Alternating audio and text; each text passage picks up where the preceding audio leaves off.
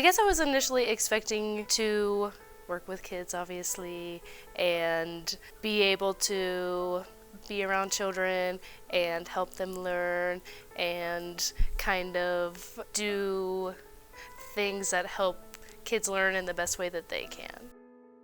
I think the student teaching and the physical practicum in the schools really helped, being able to work with kids and see what real teachers are actually doing.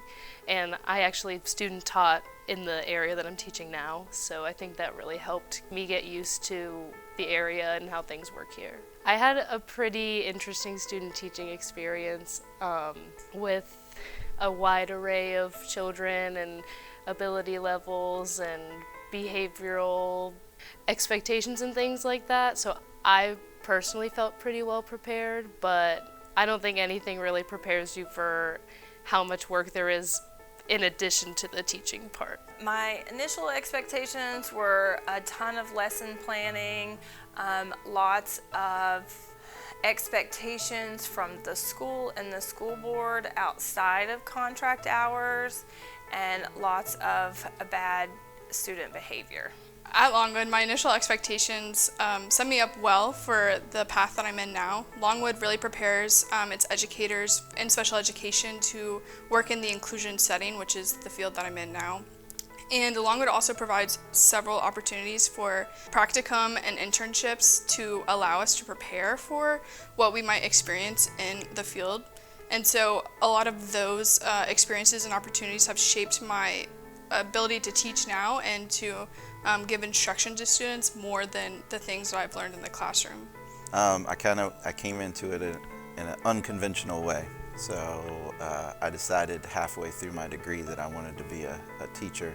All I needed to do was I wanted to get a math major. So I have a math major, but I did not teach. I came here and subbed while I was getting my degree, and then the following year I taught for a full year, and they counted that as my student teaching, being a full-time teacher. At Longwood, you get experience in elementary, middle, and high school, and so you get practicum experience in all three of those areas. And so going into Longwood, I was like, I'm definitely going to do elementary school, I don't want to do middle or high school. But then I had my middle school placement, and then I had my high school placement, and I was like, whoa, I love these students.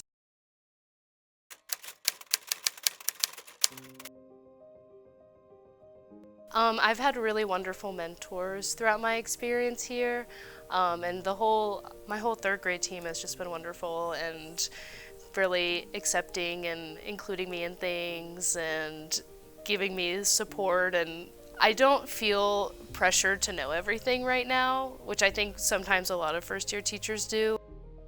There's another teacher in our school who is in charge of all new teachers, so they have a monthly meeting where they get together, and at our school this year, that person raised a bunch of money to make sure that they were outfitted with supplies and posters to go on the wall and pencils for the classroom and tissues and all that good stuff. So we really try to support our first year teachers. I had to take a 3-hour mental health wellness class, and it was given by a life coach. And the whole premise of the 3 hours was how to not get to a place where you'd want to harm yourself as a teacher. And so it was very frightening to listen for 3 hours about how teaching will cause depression, teaching will cause anxiety, teaching will cause negative thoughts, teaching can cause you to want to harm yourself. And I thought, I don't want to do that job if this is the expectation of mental health during that job. My school itself also has a first year teacher program, and we meet once a month to talk about any challenges or successes we're having in the classroom. The staff at this school is honestly phenomenal. The administration that I work with is really great. They have created a lot of support for me by providing me a mentor teacher. I meet with my mentor teacher at least once a week, sometimes every day if I need to. I also have support from my department head of English and the department head of special education. And then the district as a whole provides first year teachers professional development. So we meet 5 times a year for professional development opportunities, and they provide guidance and support in the roles that we have to do as teachers. Burnout is very real. I see it in every single teacher face when I walk in. And so I know that burnout is also most commonly after the teacher has reached their third year of teaching. And so typically that's when most teachers leave the field. Is within their like third and seventh year. Some people are in this job because they get their summers off, and they think they work from 7 o'clock to 2 o'clock. And so I don't think that has to do with how old you are. I think that's just your intrinsic values and what you feel like. I'm going to do a job. I'm going to go do that job well.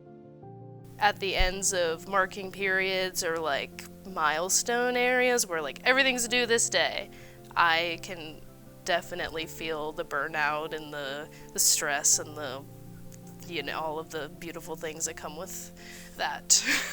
For me, it was the parent part of it that I did not have a lot of experience with before becoming a teacher. Like, I didn't really interact with the parents at all. And sometimes I just feel like parents have very different expectations than I do about things, and it's sometimes there's a disconnect between what's actually going on and what they think is going on. I really felt burnout, and it centered mostly around how negative the students were to each other. When the students have gotten tired, they have been unkind to each other, and that unkindness has really been evident in every area of the school. There have been an increase in fights, an increase in people not doing their work, an increase in negative behavior in the hallways and in the lunchroom. And it's really hard to deal with because we're not really allowed to talk to the children about mental health or being kind. I mean, we can touch on it, but parents get very upset if they think we are teaching their children socio-emotional learning, and they just want us to stick to math. And so when you don't have the freedom to say we can be unkind to each other, but you're having to deal with the unkindness, it can be very frustrating and hard. The one biggest concern right now for me is that there are very little consequences for students, because we're worried about people being left out or people being left behind or pigeonholing them into certain systems, and so because of that we do not have very many consequences that we're allowed to give, and that doesn't take long for students to figure that out. So I have that concern, and my other concern is, again, with every year it appears that we have something else that we have to be experts on, and so it's down to the point where you have to know each one of your kids as well as a parent knows their kid. You have to do a lot more than the 7 o'clock to 2 o'clock for the first, I've been doing it for 23 years and I still don't think I'm ever caught up. But I think those first couple of years, again, while you're trying to figure out how to handle all those things and how to handle 120 different personalities throughout the day, it's a lot. It's mentally a lot. And then so you have people that don't put in the time outside of the classroom, so therefore they're not prepared.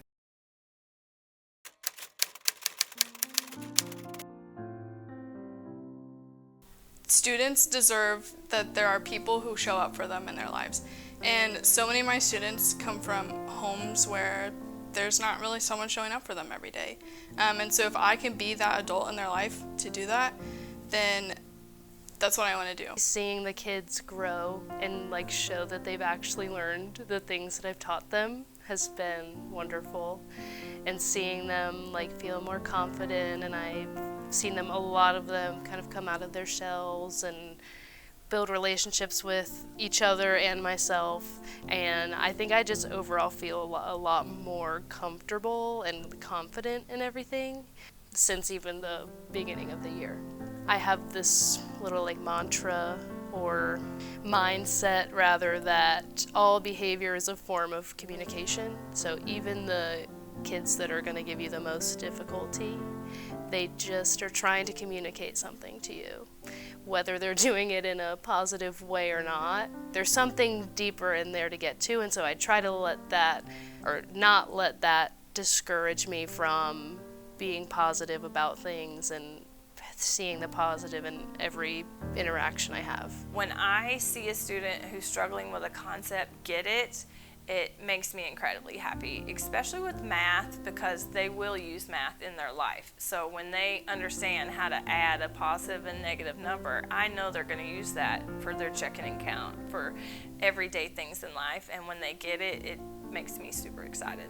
I also just feel like the high school students often just need some extra support and push and motivation to be able to succeed the things that they want to do after high school. And I think sometimes as a society we just kind of look at them that they're apathetic or they don't care, but they have a lot of care and they have a lot of desire and motivation and passion, and so I want to inspire that in them.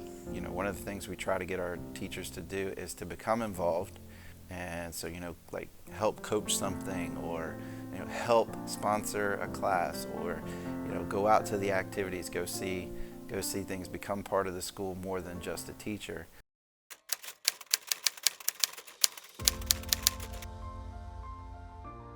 Keep going. I know everyone's telling you not to, but you should, because there was a reason why you did it in the first place. And keep going, work through the tough things, because it's the tough things that are going to make you a better educator. Don't listen to the naysayers. Teaching can be hard. Doing anything for 15 or 20 years is hard, and often the ones that are screaming the loudest have done this the longest. And I don't necessarily know whether teaching has changed or just society in general has changed, and so be willing to get into the classroom and form your own opinion and see whether you enjoy that kind of atmosphere or not. Like playing a golf game. You can hit 13 bad shots in a row, but you hit that one good shot and it lands on the green and it rolls back and has backspin on it, and you're like, yes, I'm going to keep on playing this game. And that's what you got to focus on. So it is a very hard job. It is getting tougher, but you know, we need you. We need young people to come in and take over and have new ideas and figure out how to get our kids to learn. So be a teacher.